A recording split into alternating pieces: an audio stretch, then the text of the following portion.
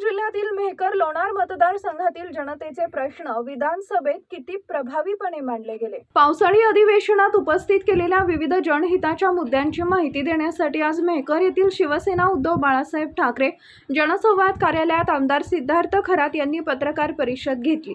या पत्रकार परिषदेत शेतकरी, विद्यार्थी, युवक, कामगार आणि सर्वसामान्य नागरिकांच्या प्रश्नांवर सभागृहात मांडलेल्या मागण्या त्यांनी पत्रकारांसमोर सविस्तर मांडल्या। काय म्हटलंय आमदार सिद्धार्थ खरात पाहूया। जय महाराष्ट्र। मी मेहकरचा आमदार झाल्यानंतर माझं आता हे 7वं अधिवेशन आहे। 7वं। या 7 अधिवेशनामध्ये पहिलं आमचं फक्त आमदारांचं अधिवेशन होतं। दुसरं नंतर डिसेंबर हिवाळी अधिवेशन, नंतर मागच्या वर्षीचे अर्थसंकल्पीय, पावसाळी, पुन्हा हिवाळी, आता अर्थसंकल्पीय 2026 आणि पावसाळी, असं माझं हे 6वं ते 7वं अधिवेशन आहे। या अधिवेशनामध्ये मला माझ्या मतदारांनी जो मॅन्डेट दिलेला होता, मला निवडून दिलं, मात्र सरकार आमचं न आल्यामुळे नॅचरली मला विरोधी पक्षात जावं लागलं आणि विरोधी पक्षात गेल्यामुळे विरोधी पक्षाची जी भूमिका आहे ती मी अतिशय सक्षमपणानं विधानमंडळामध्ये मांडलेली आहे। या 6 ते 7 अधिवेशनामध्ये, प्रत्येक अधिवेशनामध्ये मी प्रोॲक्टिव्हली कामकाजामध्ये सहभागी होऊन जे काही सर्वसामान्य नागरिकांचे प्रश्न आहेत ते सगळे प्रश्न मांडलेले आहेत। माझ्या त्या कामकाजाचा भाग म्हणून या अधिवेशनात सुद्धा अतिशय चांगल्या पद्धतीनं विविध मुद्द्यावरती मला बोलता आलं, प्रश्न मांडता आले। मी आता या ठिकाणी ठामपणे सांगू शकतो की विरोधी पक्षाच्या वतीनं मी जे काही महत्त्वाचे मुद्दे मांडले त्या मुद्द्यामध्ये प्रामुख्यानं ग्रामीण भागातल्या स्मशानभूमीचा जो प्रश्न आहे, स्मशानभूमी जिथं नाही आहे, तो सर्व महाराष्ट्रात, केवळ माझ्या मतदारसंघात नाही, ही गोष्ट माझ्या निदर्शनास आली आणि मला त्याचं दुःख झालं आणि तेवढ्याच पोटतिडकीने तो विषय मांडल्यामुळं मी मागच्या वर्षाच्या पावसाळी अधिवेशनात, हिवाळी अधिवेशनात आणि मागच्या अर्थसंकल्पीय अधिवेशनात हा सातत्याने प्रश्न मांडत आलेलो आहे। आणि याचा परिणाम म्हणून ग्रामविकास विभागानं एक GR काढला, शासन निर्णय काढला की ज्या गावामध्ये या सगळ्याची दखल घेतली त्यांनी निर्णय घेतला की ज्या गावामध्ये स्मशानभूमी नाहीत अशा गावामध्ये कोणताही शासनाचा निधी खर्च करायचा असेल तर पहिलं त्या ठिकाणी जो प्रायोरिटी राहील ती स्मशानभूमीला देण्यात यावी। बरोबर, तो पहिला स्मशानभूमीचं काम करावं, नंतर बाकीचं काम होईल। परंतु त्याला पुन्हा मी यावेळेस दुरुस्ती सुचवली की तुम्ही काम केलं ते अर्धवट काम केलं, कारण अशी काही गावं आहेत की त्या ठिकाणी जागा आहे, म्हणजे जागा आहे, म्हणजे त्याला म्हणता येईल की सरकारी जागा आहे किंवा गावठांची जागा आहे, परंतु स्मशानभूमी नाही। दुसरं असं की त्या गावाला जागाच नाही आहे, म्हणजे स्मशानभूमीसाठी जागाच नाही आहे, अशी गावं। तर ज्या गावामध्ये जागा आहे त्या ठिकाणी तुम्ही निधी देऊ शकाल, पण जिथं जिथं जागा नाही त्याचं काय करायचं, म्हणून अशा ठिकाणी 2 ते 3 गुंठे जागा जी आहे ती तुम्ही अधिग्रहित करा आणि त्या ठिकाणी त्याला शासनाने निधी द्या आणि ते स्मशानभूमीसाठी जागा मंजूर करा, कारण स्मशानभूमी हा आपला जीवन मरणाचा विषय आहे। स्वातंत्र्यानंतरही 75 वर्ष झाली तरी गावामध्ये स्मशानभूमी असू नये ही अतिशय लाजिरवाणी गोष्ट आहे। शासनाने त्याची दखल घेतली आणि यावेळेस माननीय मंत्री महोदय गोरे साहेबांनी मान्य केलं की जिथं जागा नाही ती जागा सुद्धा आम्ही ॲक्वायर करू आणि त्या ठिकाणी निधी पण देऊ। म्हणजे ही मागणी केवळ मेहकर मतदारसंघाचा आमदार म्हणून मी जेवढ्या प्रकाशानं मांडली आणि त्याला शासनाने सकारात्मक उत्तर दिलं आणि ती मागणी मंजूर झालेली आहे। दुसरा विषय, मी जेव्हा या ठिकाणी पाहिलं तिथं पायाभूत सुविधाच्या दृष्टीनं जे काही समृद्धी महामार्ग आलेले आहे, सार्वजनिक बांधकाम विभागाच्या कामावर जोर आहे, PMJSYच्या किंवा ग्राम सडक योजनेच्या अंतर्गत मुख्यमंत्री ग्राम सडक योजनेच्या कामावर जोर आहे, काही लोकप्रतिनिधींचा त्याच्यावरतीच जास्त जोर असल्याचं निदर्शनास आलं। मात्र जो ग्रामीण भागातला कणा शेतकरी आहे त्या शेतकऱ्याच्या शेतामध्ये जाण्यासाठीचे जे रस्ते, शेतरस्ते, पानंद रस्ते, गावजोड रस्ते, गावशिवार रस्ते, ह्या रस्त्याकडे कोणाचं लक्ष नाही। आणि याच्यासाठी जी काही योजना चालू होती, महात्मा गांधी नरेगा योजना, जी आता विजीरामजी तिचं नाव बदललेलं आहे, या योजनेअंतर्गत कामं मंजूर होते, परंतु या कामामध्ये 60 आणि 40 हे कुशल अकुशलचं प्रमाण आहे। त्यानंतर सकाळी आणि संध्याकाळी तो जे काही लेबर आहे त्या लेबरनी त्यांचं फोटो घेऊन त्याला वेट करून घ्यायचं, म्हणजे त्याला जिओ टॅगिंग करायचं, ही जी किचकट पद्धती होती, शिवाय एवढं सगळं करून त्याला पगार किती त्या लेबरला? 312 रुपये. महाराष्ट्रामध्ये मला सांगा, आपल्या भागामध्ये कोणता लेबर आहे आपल्याला 312 रुपयामध्ये काम करायला?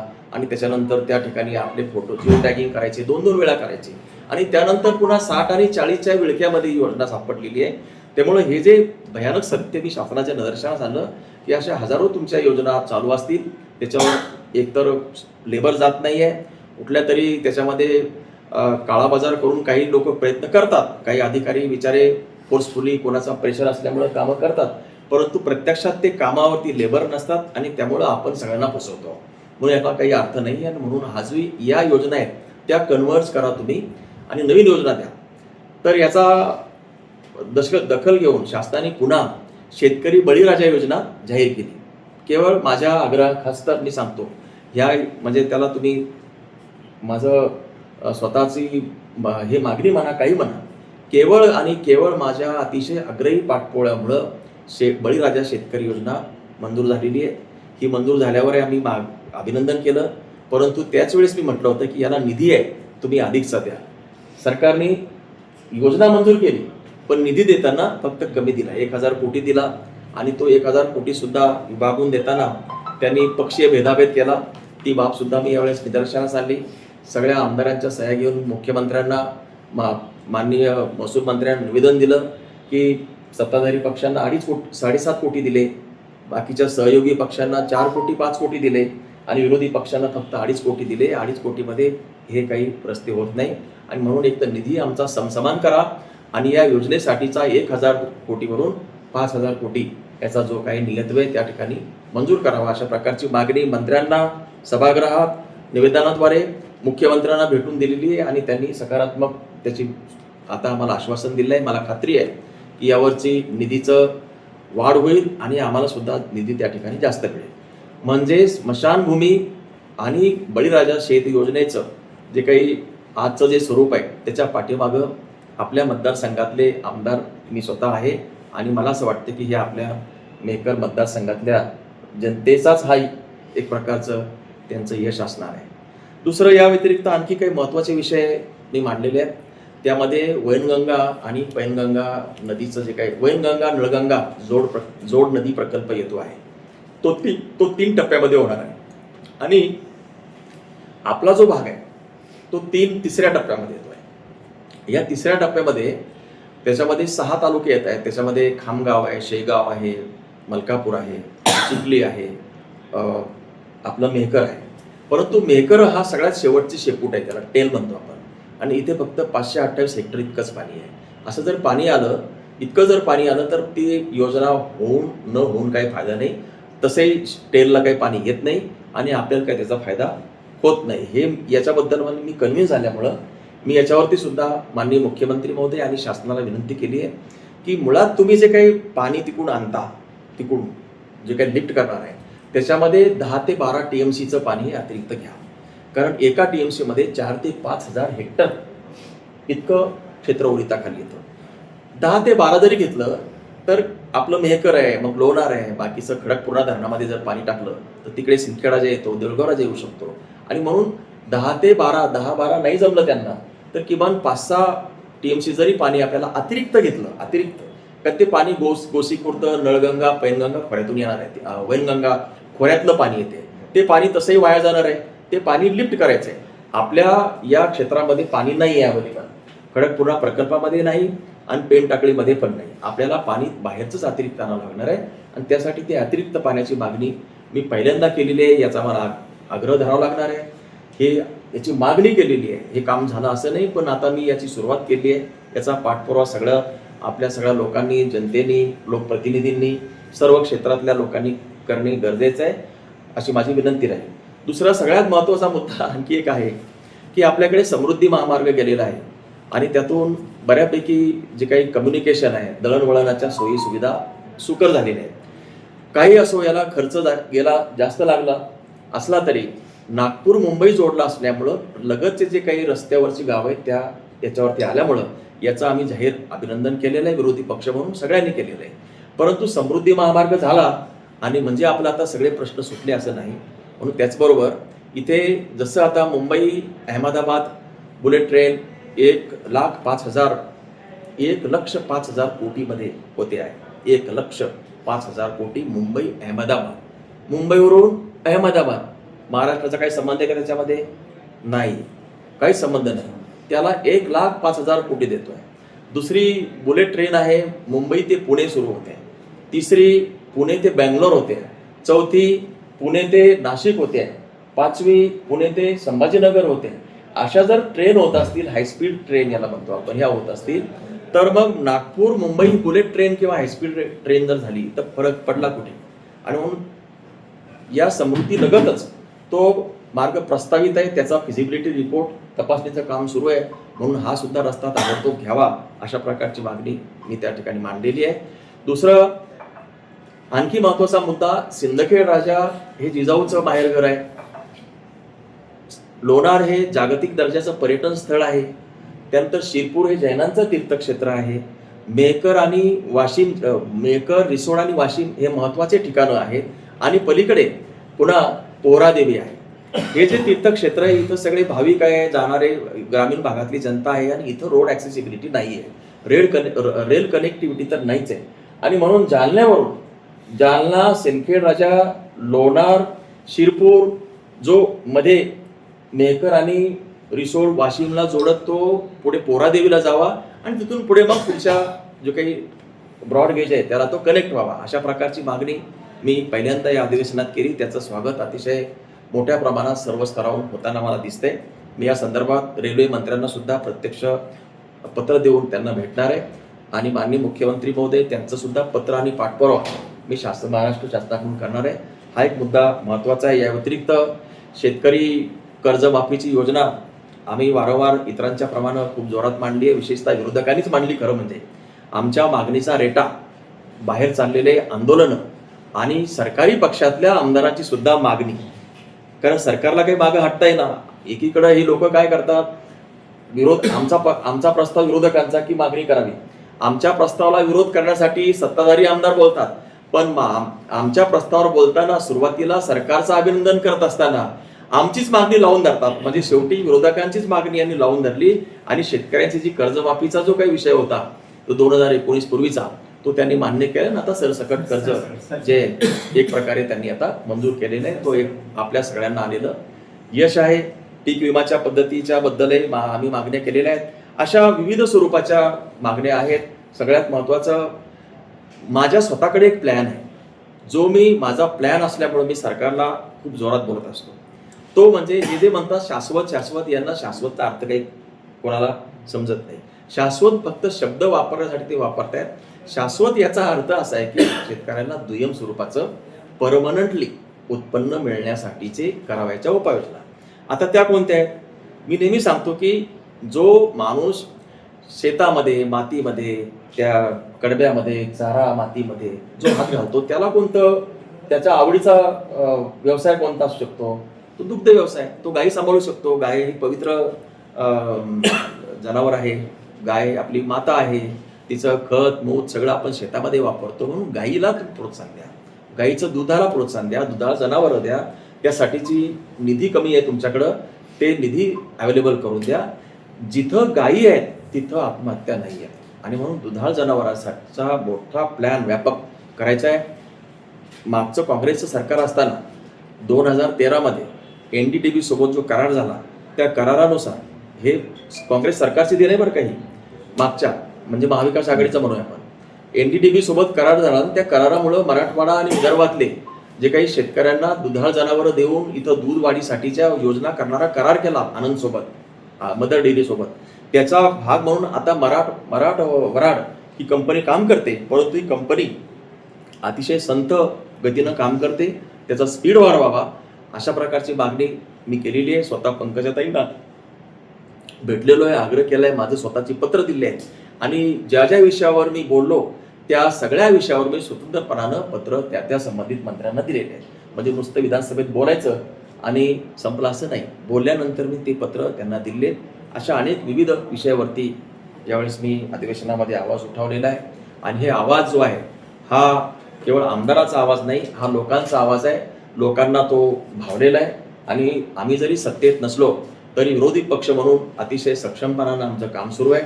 यांचं हे सगळे जे आता सरकार हे सध्या जास्त म्हणजे त्यांना विक्रमी बहुमत असल्यामुळं ते विरोधकांचं म्हणणं गांभीर्यानं घ्यायला तयार नाही. परंतु हा काळ आहे, आजचा काळ उद्या बदलतो, आजचा सूर्य कळतो आणि आमच्याकडं काम करण्याची धडाडी, आमच्याकडं मुद्दे आहेत. याचबरोबर आणखी एक मुद्दा मी विसरलो की एक घर, एक कुटुंब, एक रोजगार ही एक मागणी मी पहिल्यांदा मांडली आहे. त्यांना हे सांगितलं की जर तुम्ही देणार असाल तर ठीक, नाहीतर आमचं सरकार आल्यानंतर हा अजेंडा आम्ही प्रत्यक्ष एक कुटुंब एक रोजगार द्यावाच लागेल. एक घर एक कुटुंब रोजगार, नोकरी, एक घर एक कुटुंब, नोकरी ती मिळालीच पाहिजे. मग ती कॉन्ट्रॅक्ट बेसवरती म्हणा, कसे म्हणा, पण ती दिली पाहिजे. त्या कुटुंबातल्या जी काही क्षमता असेल, शिक्षण असेल, पात्रता असेल, त्याचा हे करून कुठे का होईना त्याला शासकीय, निमशासकीय, त्याच्यानंतर अंगीकृत काही असेल किंवा कुठल्या तरी याच्यामध्ये ते करावं लागेल. त्याशिवाय ते होणार नाही. बाकीचे यांचा जो ज्या चुका आहेत यांच्या लाडक्या बहिणीमध्ये आता जवळपास 92 लाख बहिणी त्यांनी बाहेर काढलेल्या आहेत. दुसरं TETचे पेपर फुटी होत आहेत. त्याच्यानंतर नीटचे पेपर फुटी झाली, त्याचं सेंटर हे महाराष्ट्र आहे. अशा अनेक गोष्टी आहेत. अनेक जे भ्रष्टाचारी मंत्री आहेत ते भ्रष्टाचारी असताना त्यांना मंत्रीपदं त्यांना दिलेली आहेत. अनेक खात्यामध्ये करप्शन सुरू आहे. 1.25% आहे. आणि भ्रष्टाचार, रेड टेपिझम आणि कुणाचंच न ऐकून घेण्याच्या वृत्तीमुळं स्वतःच हे सरकार त्यांची जी काही पराभव आहे, पराभवाची जी कबर आहे असं त्याला म्हणू शकतो आपण. म्हणजे त्यांचा पुढचा पराभव हे स्वतःच तयार करत आहे. आणि आम्ही सातत्यानं जागरूक राहून, सजग राहून, लोकांमध्ये जाऊन, लोकांना जागृत करून पुन्हा नव्या दमानं, नव्या पद्धतीनं उतरलेलं आहे. राम मंदिराचा इश्यू आपण पाहिला असेल. राम मंदिराची म्हणजे अक्षरशः श्रीरामाला भारतीय जनता पक्षाने त्यांच्या पक्षामध्ये कोंडून ठेवलेलं आहे. बरं ठीक आहे, त्याचा राजकीय त्यांनी वापर केला, परंतु आता त्यांची महत्वाकांक्षा इतकी असुरी झालेली, इतकी वाढलेली आहे की त्यांनी श्रीरामाच्या नावाने जे काही मंदिर बांधलं त्या ठिकाणी त्यांनी चोऱ्या चपाट्या सुरू केलेल्या आहेत. आणि नैतिकता इतकी त्यांची रसातळाला गेलेली आहे की आता सर्वसामान्य जनतेचा कडेलोट होऊ लागलेला आहे.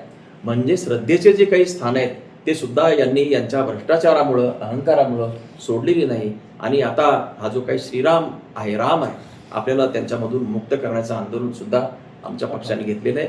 18 तारखेला माननीय उद्धव साहेब नागपूरला आहेत. आम्ही सगळेजण त्या ठिकाणी जाणार आहोत. त्यानंतर इतर उपनेते येऊन प्रत्येक जिल्ह्यामध्ये आम्ही ते आंदोलन सुरू करतो आहोत. रामरक्षा आंदोलन असेल, श्रीरामाची आरती असेल, गावागावामध्ये मोठमोठ्या शहरामध्ये आंदोलन यापुढे राहील. जनतेचे वेगवेगळे जे प्रश्न आहेत ते प्रश्न घेऊन आम्ही लोकांमध्ये जाणार आहोत. ते मिसिंग लिंक मध्ये मुख्यमंत्र्यांनी जे वक्तव्य केलं भाडेकरी, नाही, हा एकतर कसं आहे की जेव्हा ही भाषा येते, ही भाषा विकनेसची भाषा असते. जेव्हा मनुष्य सक्षम असतो, जेव्हा मनुष्य समजून घेण्याच्या मूडमध्ये असतो, तेव्हा हा ॲरोगन्स येत नाही. ही त्यांच्यामध्ये आलेला ॲरोगन्स आहे.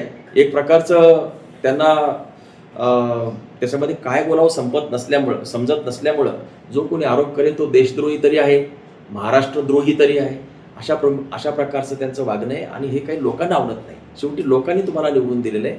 विरोधकांचं कामच आहे की ज्या काही घटना घडल्या त्याच्यावरती आवाज उठवणं, सरकारला याच्यामध्ये त्याला काय म्हणू आपण, सरकारला धारेवर धरणं विरोधकांचं कामच आहे. मग त्याला तुम्ही उत्तरं द्या ना, चिडता कशाला? कुणी जर मुद्दा काढला तर त्या मुद्दा काढणाऱ्यावर चिडायचं, त्याला महाराष्ट्रद्रोही म्हणायचं, हा महाराष्ट्राचा अपमान आहे असं म्हणायचं. भ्रष्टाचार हा काय महाराष्ट्राचा अपमान होऊ शकतो? होऊ शकत नाही. आणि आम्ही कुठं म्हणतो की तुम्ही त्याच्यामध्ये ते काही झालंय, पण ते घडलंय ना. मागच्या वर्षी पूल बांधलाय आणि आता तो उकडलेला आहे.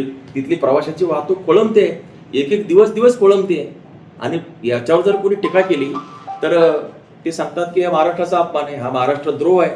आणि कुठल्या 11 कंपन्यांच्या टेक्निकल सपोर्टमुळे तो बांधलेला तो पूल आहे असं ते स्वतः सांगतात. 7,000 कोटीचा त्याला खर्च लावलेला आहे. खर्च कोणाचा आहे? आणि खिशातून घातलेला आहे का? सरकारचे पैसे आहेत ना. म्हणून E20 इथेनॉल बद्दल तुमची काय विचार आहे? नाही, इथेनॉल मध्ये जे काही 20% ते वाढवलंय ते चुकीचंच आहे ना. इतर देशामध्ये, अन्य देशामध्ये कुठेच नाही आहे.